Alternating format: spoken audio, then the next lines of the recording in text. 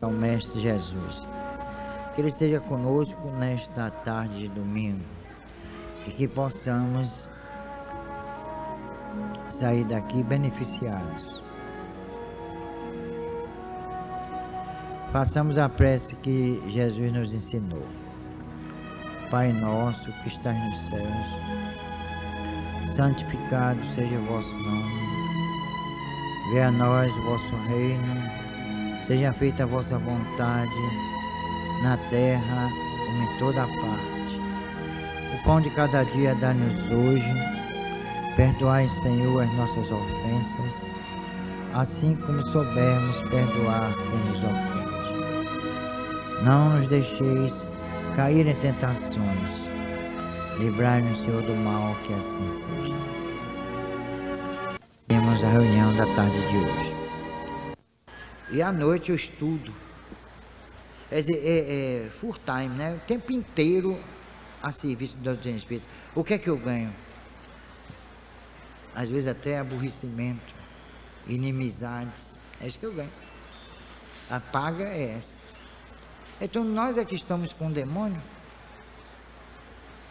O problema é que esse pessoal vive à custa do dinheiro do pobre infeliz, do brasileiro sem eira nem beira, coitado, ganha um saláriozinho magro, ainda tira uma parte para dar à religião, para fazer o que por ele? É como se fosse um investimento. Fizeram da religião uma espécie de investimento, uma poupança. Você vai pagando a sua salvação. Isso é um absurdo. As pessoas, os brasileiros não param para pensar, para raciocinar, dizer, mas, meu Deus, eu estou caindo no Arapuca. Estão usando o nome de Deus em vão. Será que Deus realmente deu poderes a esse povo para salvar? Será que Jesus está satisfeito com essa situação? De o nome dele ser explorado de uma forma tão desonesta, tão indiscriminada, tão injusta? Aqui vocês ajudam na construção e acabou. Lá é diferente. Ficam inventando um monte de coisas. É óleo santo. Uma vez estavam vendendo na Europa pedaços de madeira, da madeira da cruz. Foi até leilão. E os bestas comprando. O que é que tem a ver a madeira da cruz? Mesmo suponhamos que fosse realmente. Que importância moral tem isso? Isso transforma o indivíduo? Reabilita moralmente o indivíduo?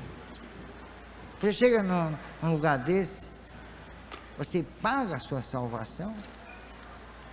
Quer dizer, você vai para o céu. Então, o que você aprontou, desgraçou com todo mundo, né?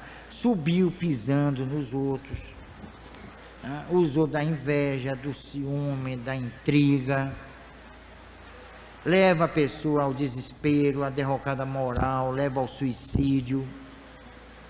Aí depois vai lá, pronto, Jesus salvou, Jesus salva. E aí pronto, apaga tudo, está tudo bem, uma maravilha. E vamos aprontar outra vez. Não é isso? Como aqui não tem essa facilidade toda, aqui é a porta estreita, como está nos evangelhos, lá é a porta larga, e as pessoas só querem entrar pela porta larga, não quer pela porta estreita. Aí muitos não vêm aqui. Olha, há pessoas que só vêm uma vez aqui, depois quando eu falo, não vem mais. Ela quer dizer, não, meus irmãos, vamos orar, porque Jesus está aqui, e vai salvar vocês, vocês estão salvos, aleluia. Aí pronto. Então eu ia cantar a aeróbica de Kardec aqui para vocês. Sai todo mundo salvo depois que canta, e arrebenta a garganta de cantar, e sai todo mundo salvo dali. Que maravilha! Só num país desse que pode dar certo essas besteiras. que podem dar certo essas bobagens. Agora, se realmente, mesmo se eu levantasse aqui e fizesse assim a aeróbica de Kardec, olha, ia ser uma maravilha, ia ficar assim aqui. Porque dizem que canta seus males espanta. Eu não acho, não. Veja só, quem canta seus males espanta. Esse é um ditado que não tem pé nem cabeça, nem tem sentido. Tem nenhuma eficácia, né? Pedagógica, moral, ética, espiritual. Então aqui vocês ouvem o que às vezes as pessoas não querem ouvir. E quem veio se tratar aqui de processos obsessivos, os obsessores não, um aviso aí aos navegantes, os obsessores não me suportam. E põe muita coisa, caraminholas na cabeça da pessoa que está se tratando. Aí, assim, esse cara é presunçoso, é o dono da verdade, é metido a isso, é metido aquilo, isso vai aumentando, eu não vou mais lá não, pronto. Aí ele fica satisfeito. E tem uma coisa, sabe? As pessoas estão aqui se tratando. E aí, eu sempre aviso, no início do tratamento, o problema recrudesce, aumenta um pouco. Aí a pessoa diz, eu não vou mais lá porque eu fui lá e piorei. Aí o obsessorzão, né, alimenta aquilo. Ele vai dizer assim, você não deve ir lá, ele faz assim, eu não devo ir lá. Isso é uma fascinação. Aí quando esse pensamento, né, é assimilado, não vem assim, você não deve, eu não devo. Aí confunde a pessoa. Ela julga que aquele pensamento é dela. Porque ninguém sabe de sã consciência, e nenhum cientista sabe qual a origem do pensamento. Como ele nasce, ele brota no que chamam de mente. De repente ele, é como aquele eureka, né? Ele vem e nós não sabemos, nós não temos o controle do pensamento. Isso é uma verdade, assim como não temos controle das funções orgânicas. Nós não sabemos o que está acontecendo aqui dentro do nosso corpo. Vocês sabem? Outra coisa, a gente não sabe nem se amanhã está aqui neste mundo. Então a vida, minha gente, é um mistério. O tempo todo é um enigma, é uma esfinge. Aí vem os bobocas de lá dizendo, não, vocês estão salvos. Salvos de quê? E de quem?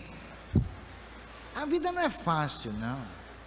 Não pense que vocês veem na Rede Globo aquelas maluquices, aquelas bobagens. A ciência já descobriu, não descobriu nada. Eu assisti no canal Mundo, da DirecTV, né? Um estudo, a semana passada, sobre o cérebro. Foi um espetáculo, eu gravei. Eu estou gravando esse para passar aqui.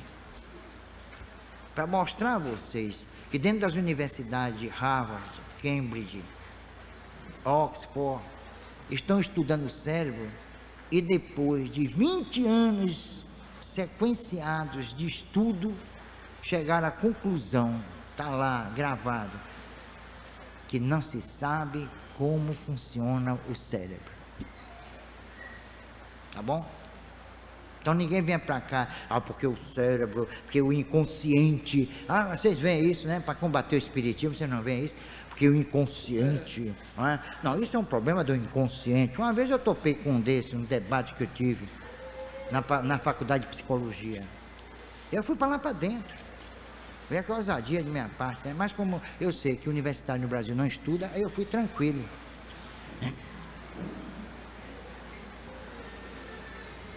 Principalmente a nossa doutrina, que eu domino um pouco, que não é suficiente para discutir com qualquer um. Que eu me dediquei ao estudo da doutrina espírita e da psicologia, da antropologia, da história, da política, para ter base para chegar aqui e falar em qualquer lugar. Eu não quero comprometer a doutrina, muito pelo contrário, eu fico até com receio de comprometê-la. Porque é uma doutrina elitista, é difícil a sua apreensão. Então ele chegou lá, não, porque o senhor sabe que o inconsciente, aí é outro, porque o inconsciente, eu quero que vocês me localizem no cérebro, onde fica o inconsciente. Aí embatucou todo mundo. Não há. Não, porque o hemisfério, não se sabe nada das reações do cérebro, minha gente.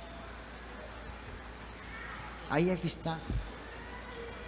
Só porque a ciência descobriu algumas drogas, alguns medicamentos que inibem a ação do indivíduo, inibem mesmo.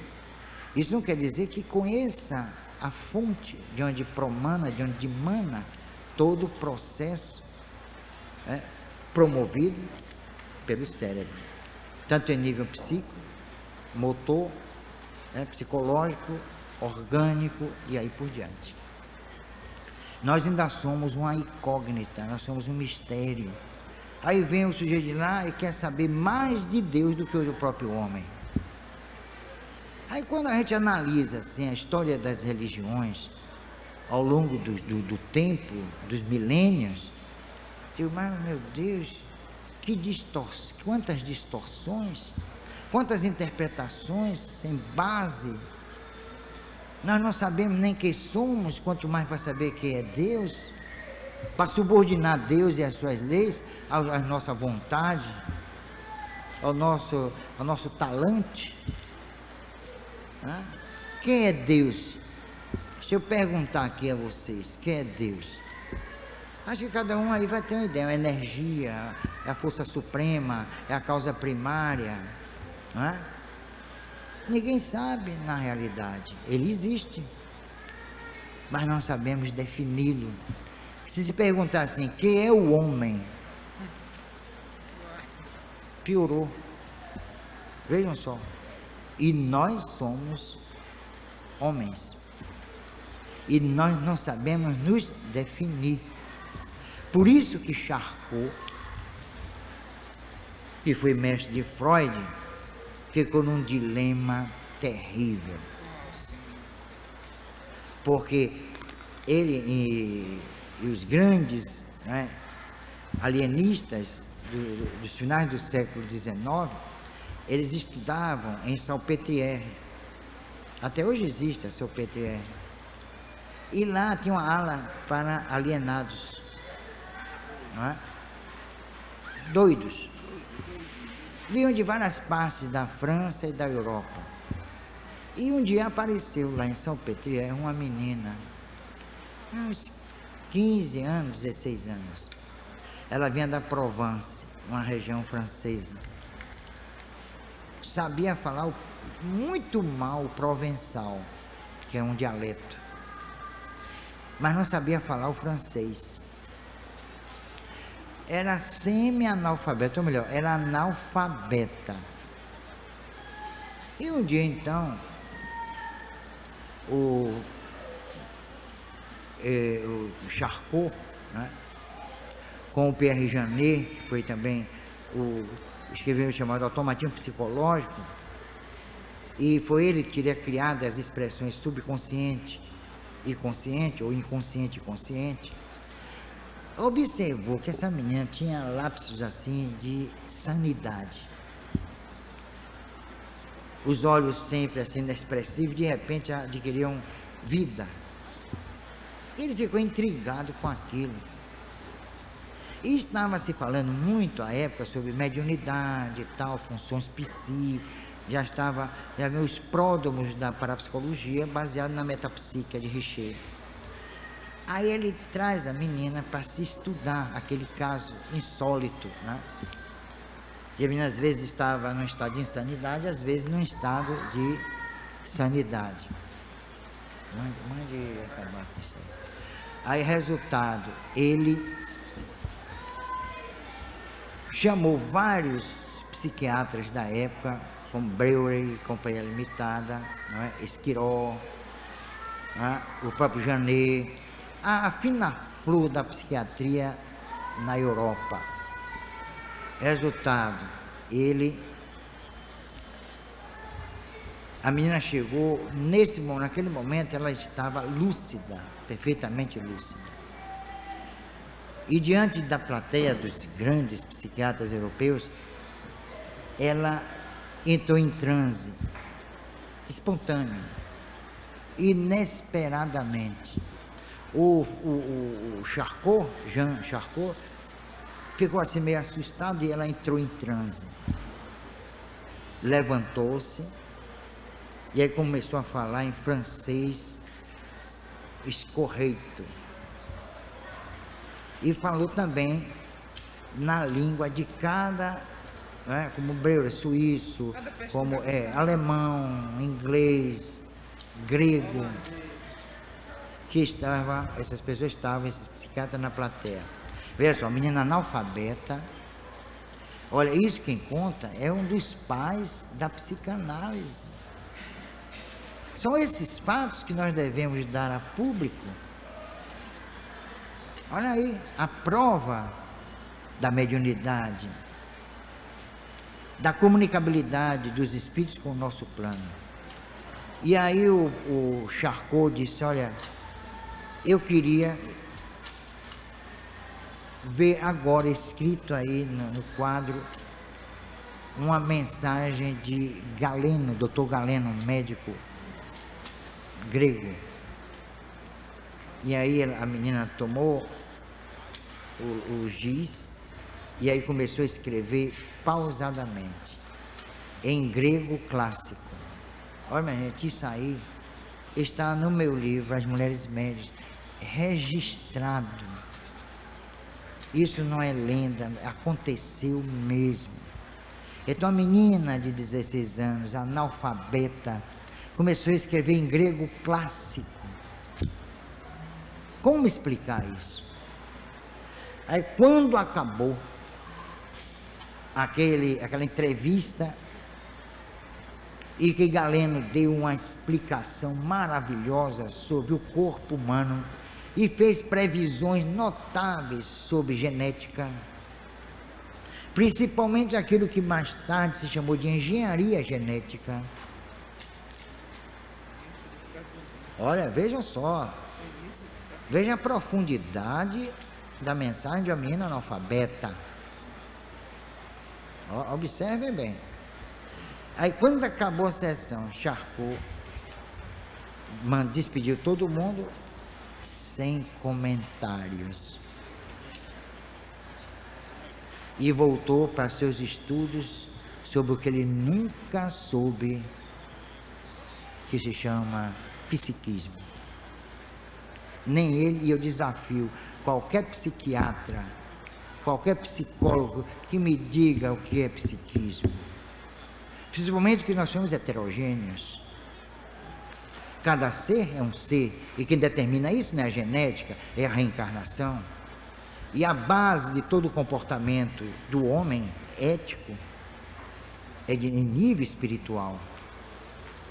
Então, por isso que Alex Carrel, Prêmio Nobel de Medicina, disse uma coisa interessante: ou a medicina se espiritualiza, ou ele vai ficar para trás. Então vai falar de coisas que ela, na essência, não conhece, como o átomo, como a própria energia. Então a doutrina espírita oferece subsídios preciosíssimos à ciência. Não, mas espiritismo é coisa de ignorante. Vá falar de espiritismo na faculdade de medicina, vá. Se atrevam. Chega lá, diz assim, professor, tá. Mesmo que o professor seja espírita, ele tem que se preservar. Não, levar espiritismo para... Não, isso é um absurdo. Levar o espiritismo para a universidade, não. Isso é... Né? Ninguém fala. Nas academias, não se fala em espírito. Vá dizer assim ao governo aí, vocês tenham cuidado, porque vocês estão criando um karma miserável para o Brasil. E estão, há muito tempo, estão criando. Chega aí para um governo, esses presidentes, cheguem lá e digam isso. Eu vou chamar você de louco, vai preso. Vá no espiritismo. Uma vez eu lidando com um espírito de um padre, ele veio lá Santana, né? Não foi, Isabel? Isabel estava lá. É Terta, que é o nome, deixa eu mentir.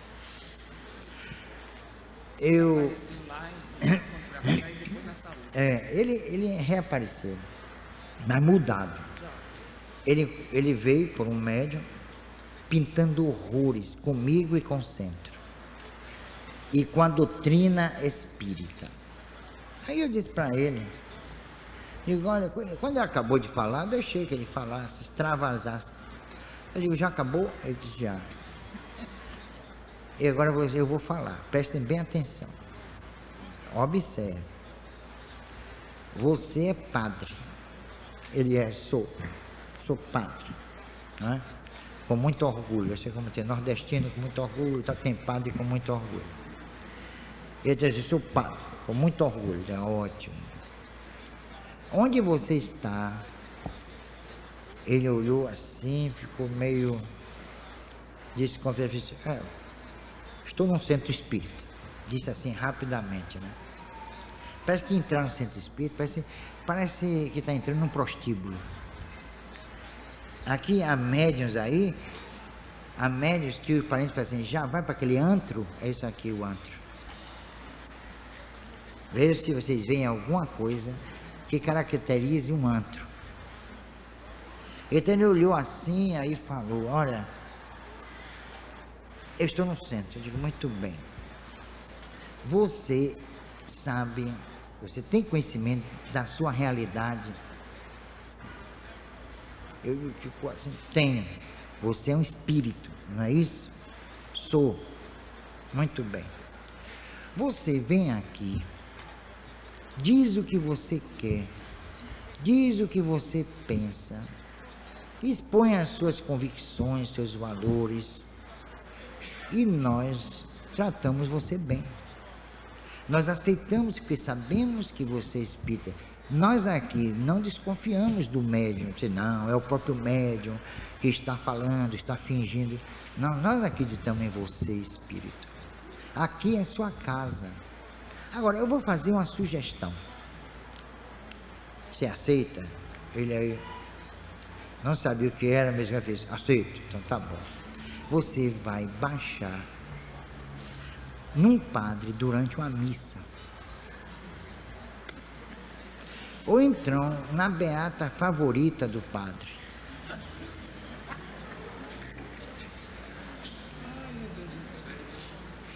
E você vai ver o que vai acontecer. Ou então você vai fazer o seguinte, você vai para o laboratório de pesquisa de física na Universidade de São Paulo, né, que é razoável, e chegue lá, se apresente a um físico daquele, incorpore para ver o que é que vai acontecer. Outra sugestão, vá para o candomblé. Chegue lá, você pegue um daqueles fregueses ali, que gastam uma fortuna para desgraçar com a vida dos outros. Você vai ser expulso a pontapés, porque lá não se aceita Egum, e você é Egum. Não é isso? Vocês que não conhecem, a maioria não sabe dessas coisas, né? Somente aqui na Bahia, quem conhece? Agora você, outra sugestão, você vai na academia de letras, fica aqui perto de Nazaré, quando um imortal daquele estiver fazendo uma das seus discursos, arengando lá, você pega o velho para ver o que é que acontece. Então, experimente, faça um teste, porque nesses lugares você vai ser rejeitado, execrado. A pessoa que incorporar você vai ser tida como louca, vai ser tida como uma pessoa que precisa internamente, precisa de tratamento psiquiátrico.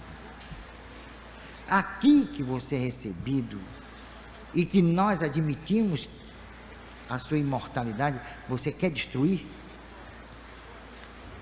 É aqui que você quer destruir? A sua casa que você quer destruir? O lugar onde eles respeitam? O lugar onde ele dá vez e voz? É aqui que você quer destruir?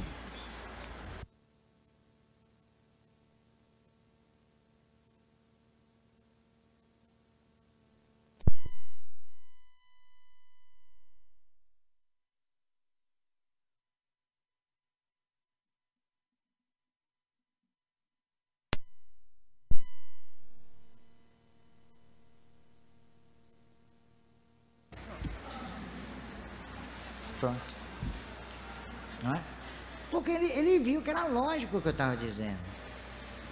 Em qualquer lugar, olha, comecem a ouvir vozes para ver o que é que acontece. Interno, o caminho é sem escala. Tá doido, vendo vozes? Pirou, né? Caia na asneira de dizer alguém assim, eu estou ouvindo vozes. Digam para ver o que é que vai acontecer. Quer dizer, é uma sociedade ultra nihilista, quer dizer, não acredita em nada. E quando acabar, é uma sociedade religiosa. Que religião é essa que nega o espírito? Você tinha um cara que discutiu, não, o catolicismo não nega o espírito. Nega. Porque eles inventaram um tipo de espírito que nasce com o corpo. Quer dizer, primeiro o corpo, depois... É por isso que a ciência, em vez de cuidar do processo existencial, biológico, sei lá, evolutivo, em nível espiritual, a ciência, que sempre esteve mancomunada com a religião, cuida de analisar a vida através do corpo.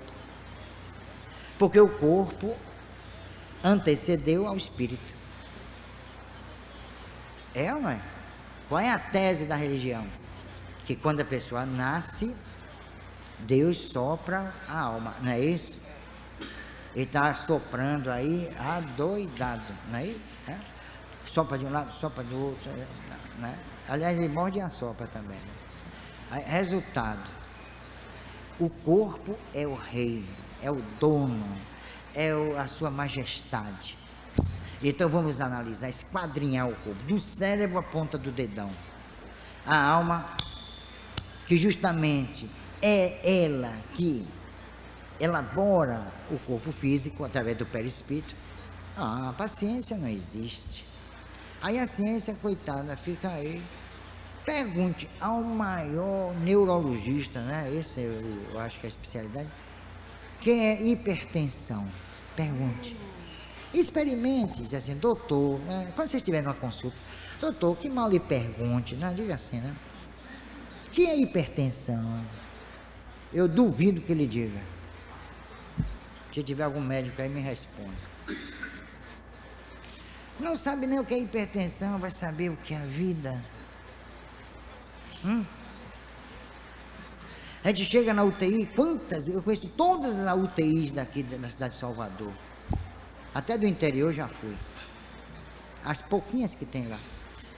Eu já vi o médico chegar, os médicos reunirem com a família e dizer, olha, agora só Deus. Pronto. Eles admitiram a sua impotência diante daquele quadro. Aí nós vamos lá, como a gente foi no Hospital Espanhol, que a família era conhecida da diretoria, isolaram a UTI, eu fiz uma desobsessão com um rapaz que tinha 60 dias lá na UTI, sem diagnóstico, paralisado da cintura para baixo.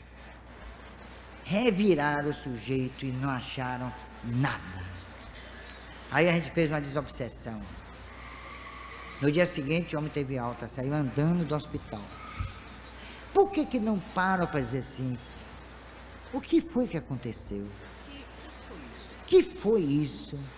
Por que esse homem está aqui há 60 dias, sem diagnóstico? Porque muita gente está desencarnando sem diagnóstico, até meu próprio sogro. Aí, minha sogra ali. Sem diagnóstico. Muita gente está desencarnando aí sem diagnóstico. Inventam até. Bota aí, parada cardíaca. Pronto, acabou. Como esse homem, no dia seguinte, saiu andando do hospital? Eu sou milagreiro? Eu sou feiticeiro? Não. Era uma obsessão. Como disse Kardec, cessar da causa, cessar do efeito. Nós fizemos uma desobsessão em regra. Os médicos e enfermeiros revoltados, porque estava ali a prova da sua impotência, pensando que nós éramos feiticeiros. Pensaram que a gente foi para lá queimar pólvora. Na UTI. Fizemos um trabalho silencioso, energético. Fizemos o desprendimento do espírito que já estava quase entrando numa espécie de simbiose entre ele e o encarnado, aí ia tomar o corpo todo, a paralisia ia ser da cabeça aos pés. E tem uma coisa, com o tempo, ninguém ia dar jeito. Aí o resultado, o sujeito, só tenho provas, minha gente. Não estou aqui contando lorota, não. Tenho provas disso. O cara saiu andando. Isso é o quê? O que foi que aconteceu? Tem um outro médico aqui, famoso, né? Não vou citar o nome, dono de uma clínica aqui conhecidíssima. Ele ficou doente, internaram numa mini UTI, dentro da UTI do Hospital Português. Sem diagnóstico. Puseram os sintomas da doença dele na internet para ver se em algum país da Europa ou dos Estados Unidos alguém pudesse informar que tipo de doença é aquela, pelos sintomas. Ninguém informou. Todo mundo ignorava. Aí nós fomos lá, tá? Lá vamos, só me convida para isso, né? Eu disse, Bernardo, ali tem uma boca livre e tal, nada. Aí lá vou eu. Eu conto isso para vocês, não é para impressionar. É para mostrar que a doutrina espírita é uma ciência. Eu não admito e não acho que seja espiritismo o sujeito que se presta a ficar cortando as pessoas, porque aquilo ali pode ser motivo de muita fraude. E aquilo não é espiritismo, é um médico espírito que vem, toma um médico e faz a cirurgia. Espiritismo não tem nada a ver com isso. Vocês não vão encontrar na codificação nenhum fato a respeito. Isso não é espiritismo. Não vincula isso a espiritismo. A ciência médica espírita é avançadíssima, mais do que a terrena. Agora, se vocês pensam que o sujeito fica bem na barriga dos outros, tirando os langanhos lá de dentro, isso é medicina espiritual, não é não. Medicina espiritual foi a que eu fiz, a cirurgia espiritual foi a que eu fiz. Ninguém me cortou. O espírito meteu a mão aqui no meu peito e resolveu minha questão, fez uma safena aqui. Tanto que eu não tenho uma safena, mas ninguém tirou, não fiz cirurgia nenhuma, e eu tenho provas médicas disso com cateterismo. No INCOR, em São Paulo, ainda tem mais essa. O médium foi José Medrado. O médium José Medrado. E o espírito estava materializado. Não tem mais essa. Quando chegou no INCOR, eu com cateterismo, antes e depois. Aí os médicos lá mandaram eu abrir para examinar a cicatriz, que eu estava fazendo frio, eu estava com água. Aí eu abri, não tinha cicatriz nenhuma. Aí eu disse a ele ficou calado, o que é que ele ia dizer? Me examinou todo e disse, não, você está clinicamente, está ótimo, pronto. Isso há 17 anos. E isso é medicina espiritual? É. Agora, um sujeito lá, ignorante, ficar cortando os outros, isso não é espiritismo. Isso é um médico que vem e toma um médium, e geralmente esses médios não se dão bem. Terminam em situação difícil, porque começa a cobrar. Começam a cobrar, aí entra em sintonia com os obsessores do espírito médico. Esse doutor Fritz é um espírito problemático, tenho medo. Ele vem da Segunda Guerra Mundial, da Primeira Guerra, sei lá das quantas, aprontou mesmo. Então, quando o médium entusiasmado, porque a mulher fica, você, dando esse duro danado aí, não tem mais condição de trabalhar, que é que tem que ser cobre, não é? Aí vai cobrando. O último aí que morreu cobrava $30 mil por uma cirurgia. $30 mil. Só quem era rico. Tá bom? 30 mil. E no início, alguém me pediu para eu fazer uma pesquisa com esse médium. Eu fiz. Era autêntico. Não era espírita, mas era autêntico. E depois começou a cobrar. Aí os obsessores se aproximam. Por quê? Não é que o dinheiro vai corromper a mediunidade, não é isso. A faculdade mediúnica não tem nada a ver com moral. Vocês veem isso no livro dos médiuns. Mas entram outros componentes no meio.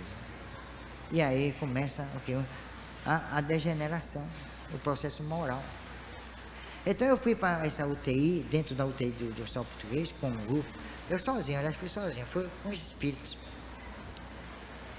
E nós fizemos um trabalho e ele foi segunda, sexta ele estava no quarto, segunda, 8 dias ele estava de alta. Pergunte se vocês soubessem e perguntasse ele, foi que você teve? Ele não sabe dizer como médico. Ninguém soube dizer. Isso é medicina espiritual. Pode. Isso é medicina espiritual. Isso é doutrina espírita. Então eu acho que a gente tem, quando vocês vêm aqui, às vezes até eu sou tanto e quanto repetitivo, eu repito porque eu quero mostrar a todos que aqui vêm que nós aqui não somos imbecis, nem débeis mentais, não somos idiotas, a maioria até tem curso superior, tá bom? E nós não somos oportunistas, não somos ricos, nunca usufruímos nada da doutrina espírita, nem R$1. Então, é preciso que as pessoas nos respeitem, porque nós nos respeitamos e nos damos a respeitar. Aqui vocês não são enganados, não. Eu digo, olha, dentro de um mês você está livre aí do obsessor. Eu já disse isso alguma vez. Às vezes as pessoas vêm e dizem assim, Bernardo, eu posso continuar com o medicamento? Eu digo, consulte seu médico. Veja como ele está bem, você está ótimo. E diga assim, doutor, eu estou me sentindo bem, eu estou ótimo ou ótima. Seria bom diminuir a medicação, mas ele, o médico, é que deve agir. Eu não, eu faço a minha parte é espiritual. Eu ia fazer medicina, fiz direito. Eu tinha vontade de fazer medicina, mas o Espírito disseram, não faça. Eu não fiz. Porque hoje eu estava numa encruzilhada.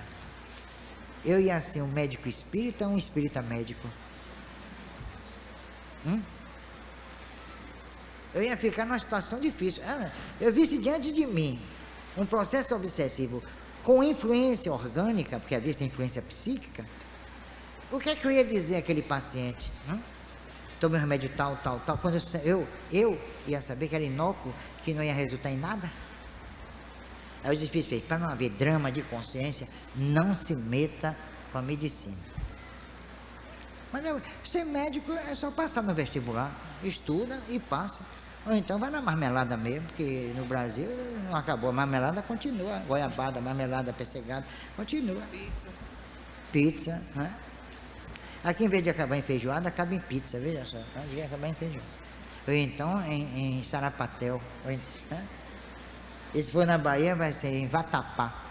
Resultado, é só passar no vestibular, porque eu não vejo lá dentro ninguém perdendo nada.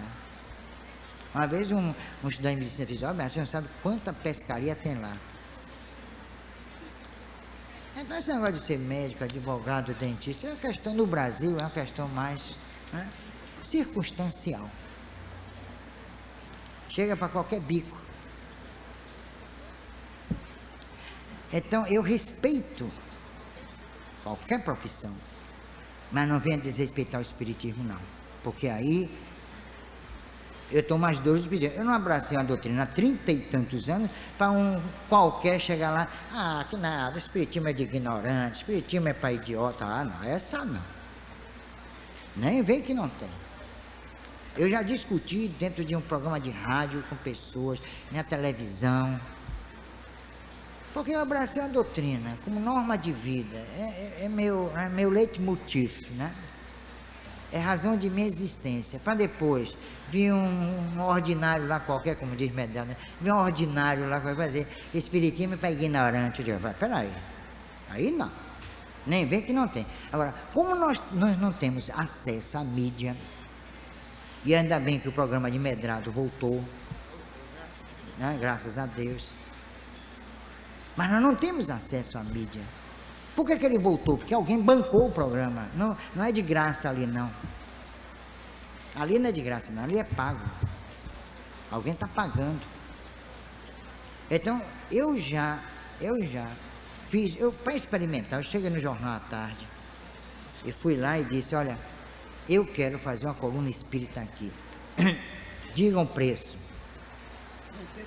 Eu sabia que eu não ia poder pagar nada, mas eu fiz isso para ver a reação. Aí disse assim, não há preço. Então, nós espíritas não temos acesso a esse jornal, que é realmente o de maior circulação do Norte-Nordeste. A não ser umas tripinhas, já viram umas tripinhas? Naquela coluna religião, tem assim, espiritismo, aí vem uma tripinha desse tamanho assim, né? Já viram? Por muito favor, ainda tem mais essa. Sai aquilo assim. Agora, nunca se publicou um artigo na tarde. Eu consegui uma vez, porque meu pai era secretário da tarde à época, e eu consegui botar um artigo sobre Allan Kardec, assim mesmo, foi uma grita generalizada, o pessoal do clero caiu em cima da família, que nunca mais saiu nada. Por quê? Porque espiritismo é de imbecil, espiritismo é de ignorante, espiritismo é de débil mental, espiritismo é da ralé, não é não. O espiritismo nasceu em Paris, na Cidade de Luz. O espiritismo é elitista. Quem colaborou com Kardec veio aqui também através dos intelectuais baianos. Agora fizeram de perversidade, atrelaram o espiritismo à feitiçaria. É isso que se eu tivesse condições de esclarecer, ter um programa e dizer, olha minha gente, vamos saber o que é espiritismo, eu ia traçar a rota, a história, a saga da doutrina espírita através do tempo. Eu ia mostrar a todo mundo que o espiritismo é uma doutrina séria, importantíssima para o conhecimento do processo da vida. Mas não temos condições. Resultado, vocês sofrem. Porque eu faço de vocês a plateia que eu não tenho lá fora. Então vocês vêm aqui, vocês estão ouvindo. Agora, se estão entrando para um lado e saindo pelo outro, eu não sei. Mas pelo menos vocês estão ouvindo. E não vão sair daqui dizendo que o espiritismo é para imbecil, para ignorante. Não é? Eu acho que não. Porque senão eu vou me sentir frustrado. Eu levei 1 hora aqui falando, não resultou em nada. Eu também não quero, se o espiritismo é para ignorante, não é? Eu espero que aqueles que ouvem o espiritismo não sejam ignorantes. Não é isso? Doutrina espírita é uma doutrina séria, senão nós não estamos aqui. Não temos necessidade disso aqui. Então vocês parem, pensem, reflitam. E aí fora, quando alguém disser, espiritismo é que ignorante, vá assistir uma palestra no Telma. Pronto. Não é? Sem presunção, estou dizendo isso. Mas assim, olha, vá no Telma, tem domingo, tem segunda, tem quinta e tem sexta. Vá lá. E aí vocês vão ver se é de ignorante. Não é? A gente tem paciência, nós temos também nosso orgulho, nossa vaidade. Por que não? Eu não sou um ser diferente, não sou um ser apartado da humanidade, não. Tenho todos os sentimentos que as pessoas têm. Agora, estou lutando para controlar, para não exacerbar. Então, é isso que é a doutrina espírita. E nós, infelizmente, sofremos o ataque sistemático de todos os segmentos sociais. Religioso, político, né, intelectual, arrasam com a gente, sem conhecimento. O pior de tudo é isso, sem conhecer, sem saber nada, se deixam levar pelos boatos, né, por aquelas informações que vêm desde o Império, quando o Espiritismo chegou aqui. Fizeram um trabalho, a gente tem que reconhecer, muito inteligente. Foi uma lavagem cerebral em regra. Porque a mesma opinião sobre o espiritismo, que tem aquela pessoa humilde que trabalha ali direitinho, como camelô, na Baixo Sapateiro, tem um professor da Universidade Federal. A mesma coisa. Embora ser professor da Universidade Federal no Brasil não seja lá tão nível elevado, mas é professor de universidade. E ambos pensam da mesma forma. O rapaz ali, camelozinho, e o professor do lado de cá. Mesma, é linear. Isso mostra a lavagem cerebral que fizeram no Brasil contra o espiritismo. Por isso que eu vim em Bratel, tem aí, vendendo ali a fita. 2 horas vim em Bratel. Modéstia inclusa, eu acho que esse programa sacudiu o Brasil espírita de ponta a ponta. Foram centenas de cartas, fax. Eu mesmo recebi dezenas de cartas sobre esse programa. Muita coisa que eu falei aqui, eu falei lá. Peguem ali. Se vocês quiserem, comprem. Levem para casa, ouçam, mostrem a alguém. Porque, na realidade, a doutrina espírita não tenta fazer proselitismo, trazer as pessoas para cá. Não, é esclarecer. É isso que eu faço, tentar esclarecer. Fazer com que vocês venham aqui sabendo onde vocês estão pisando. O que é isso aqui? Eu acho isso importantíssimo. Então vamos passar para a segunda fase do nosso trabalho. Se compreende na casa. Obrigado.